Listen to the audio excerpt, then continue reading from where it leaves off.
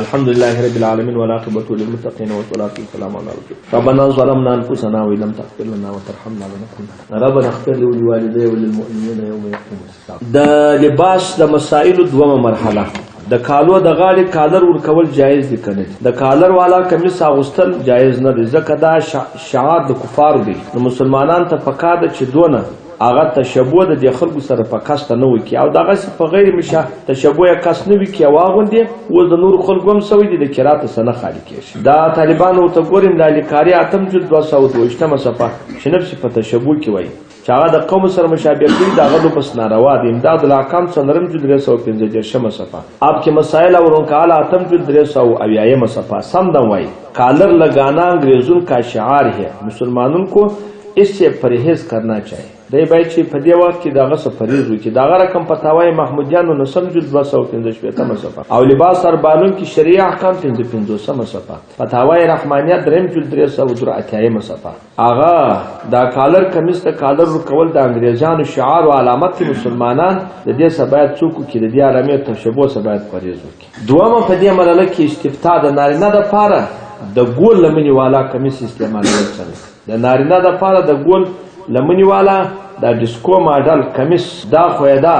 جایز شرعاً په دې شرط چې دغه کمیس به پراخوي او لستونی به پروي او کچيري د نیم لستونی والا کمیس وي او یا کمیس ډیر تنګ چې د بدن نقاص کوي بیا نه دی جایز د بدن نقاص نه کول دا لباس اور بالون کی شریعه احکام هغه درشپیته صفحه او دا پام ورته کوي درېمه استفتاء تنگ او کپ والا لستونی اغوستل جایز دي هغه لکتاب توفیق الله تعالی تنگ او کپ والا لستونی اغوستل جایز دي ځکه د نبی صلی الله علیه وسلم په خپل د تنگ لستونو لباس اغوستی دي لکه مرقات املالیکاری په اتم جلد سودونی و مصفه کې هغه را نقل کړی دي هغه حدیث رقم نمبر 4315 هغه دی دا د دغه رقم تقریر ترمذی د مولانا محمد تقی عثماني صاحب شیخ الاسلام هغه دا یغه تقریر ترمذی 5 جلد 218 صفحه د تنگ او کو پالا لستونو حکم هغه په دې کې دراخل چې دا پروا نه کوي څلورم استفتاء د پرتاګه یا پرتوګه غوستل د شریعت نگاه ثابت کړي الکتاب توفیق الله تعالی و د محمد رسول الله صلی الله علیه وسلم ثابت دي او زیات وخت رسول الله لنګ استعمال او لیکن سراویل اغوستلم د رسول الله برکه ثابت دي دا غره کوم ابن قیم په خپل کتاب حج نبی صلی الله علیه وسلم کې وایي چې ظاهر ده چې رانیول د فرض اغوستلو و نو رسول الله چې کمیس رانیوي دا غوي د اغوستلو لپاره و فتاوی علمگیریه 5 جلد هغه 313 صفحه هغه دا خو دا چې دا وایي لبس د سراویل سنت دی او دا من استر ثياب د رجال ول نساو دوار د پاره دغه رقم زاد المعاد 350 صفحه او کنز العمال نو نسم جلد 218 صفحه او فتاوی محمودیه هغه نو نسم جلد 215 صفحه دیته پام سمدم کوي دا ګرځه پر ترتیب باندې سره سي ډیر ورده او د نارینه د پاره څلورمه استفتاء ده دی په شریعت کې د غټو پایڅو والا پرتوګه غوستل څنګه دي نارینه د غټو پایڅو والا پرتوګه غوندي کچېری تشبوه د فاسقانو سره مقصود نه و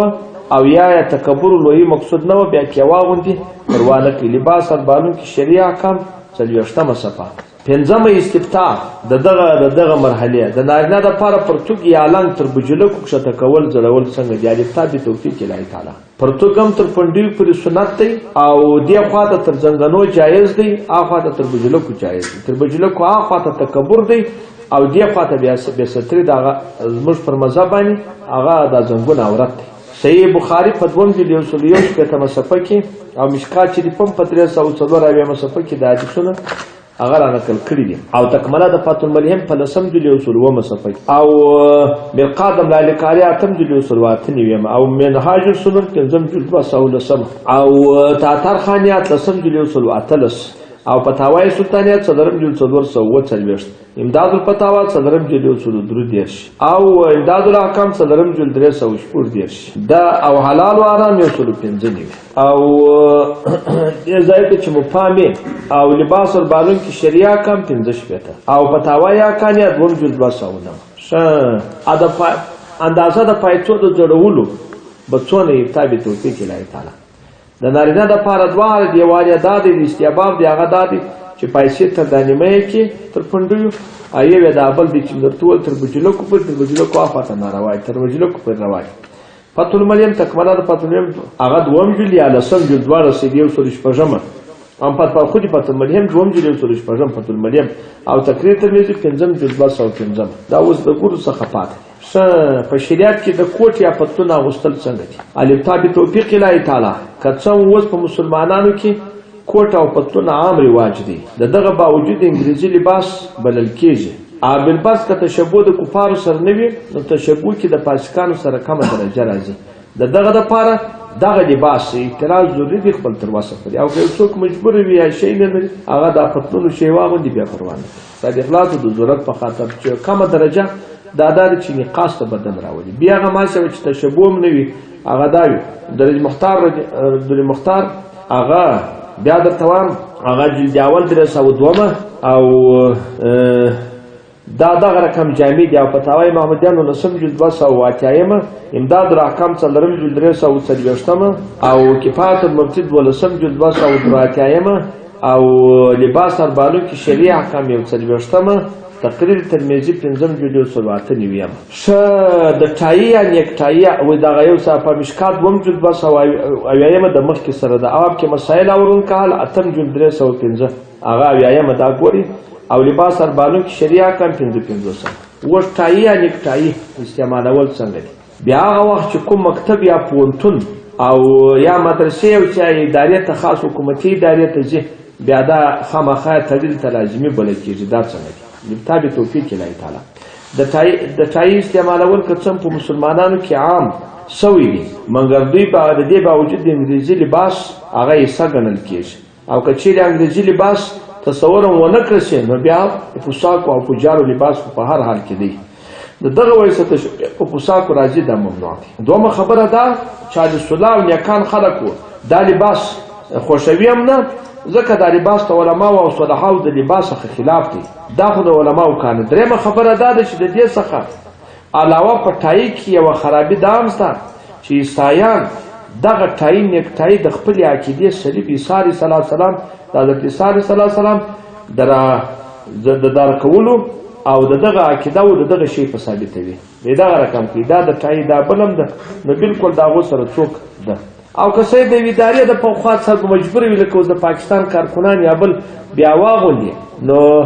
ضرورت وي د ضرورت په خاطر یې واغوندي دغه اغوستون کې ته خو ګناه نشته بلکې پر هغه ادارې باندې ګناه ده چې هغه ادارې دغه سړی مکلف کړی لکه اوس حکومت څوک یې نشي کولی چې ټای وانغوندي دا د اوس ضروري ده تقریبا په ټول دنیا کې تقریبا ضروري شوی نو دا د هغو خلکو ګناه ده کنه طالبانو ډېره خطرناک خبره ده دا د نصاراو تسلط شي چې ټوله کارونه یې تر ځان لاندې کړي دي ښه هغه د دوی په خوښه به کېږي مرقات د ملالي کاري اتم جلد 222 صفحه او فتاوی محمودیانو نسم جلد 200 هغه نه اتیایم صفحه او اب کې مسائل او رکعه اتم جلد 301 صفحه او فتاوی کانیا دوم جلد 200 وم صفحه فتاوی رحمانیه دریم جلد 301 صفحه او لباس اربالون کی شریعه احکام 340 صفحه حلال و حرام 191 صفحه او بل د شذو د پاره په شریعت کې څه ډول کالی به شذ اغوندي دا نر خلاصو تر اوسه د شذو د پاره الف ثابت توفیق الله تعالی د لباس د پاره شریعت درې قید او شرطونه شذ ته مقرر کړی دي درې قید او شرطونه اول قید دا چې په لباس شبه نمایش او فضول خرچه نه وي چې بلکې تر اندازې زیات دوم دا چې د کفارو او پوساکو سره به مشابهت نه وي دریم دا چې د نارینه‌و سره به مشابهت نه وي دا وایي چې څلورم دا پکښ کړی دي چې هغه به نقاص ته بدن نه راوړي پنځم دا کړی چې دا چې نازک بنئ چې بدن ته راوړي دا پنځه شرطه که پکښ یو مجامه روان دغه سماج او قصد یم داسې و چې د کفارو شعار دوی کول خو ناجایز که دانه و د عامې جامې اغوندي که د نر سره تشبیه وله که بارچاکي کالي لیکن خو بارچاکي کالي اوس دا اسوله هغه لکه د خلکو زه خپله اوس داسې ډېر انکار نه پر کوم ډېر سخت انکار موږ په کور کې نشته هغه که سره موږ په کور کې مطلق نشته مګر خو زه سخت انکار نه پر کوم ځکه بیخي د مسلمانانو ډېر شعار شوی دي که نه د صلاح د صالحینو خلکو جامه خو نه ده د اخلاص ورته ګوري د ښځې سره به ځکه بارچاکي کالي د نارینه دي او د ښځې دپاره به کالي بادشاه کړل بل داسې دي چې داسې کالي واغوندي لکه هغه بل ته به وي یا کومبړ لیکن بېرته سربیره استر پر وانه غوندي نو خو بیا بدن هغه افسند هم پکې معلومې شي. بل بیا دا دی چې دا شی جوړ کړي لکه دا اوس دا بازار کې چې ګرځي دا ښځو داسې جوړ کړي وي چې هغه بیا انعکاس ته بدن کالي خو پنډ دي بدن خو نه تر معلومې شي خو لیکن داسې ځان پر کړی وي داسې پر ځان باندې راکښېنستلي چې ټول بدن یې داسې پکې معلومېږي لکه د غلا غوټې دا نو بیا څوک دی بیا ناجایز دی. که دغه شان نه وه نور شان بیا واده ته څوک دی هغه و دې ښځې ته هغه پروا نه کوي. ستا د مختار پنځم جلد 252 صفحه او عایشې تاتایي پر د مختار صدرم جلد 183 صفحه او आपके मसाइल और उनका आतम जुल्द 315 صفحه او فتاوا یا کانیه دوم جلد 203 صفحه او فتاوا رحمانیه دریم جلد هغه 407 صفحه والله سبحانه اعلم. أم أسلمت للنكد أم السراب ابتلى عينيك بالرمد أم هل بلغت المنى والشمس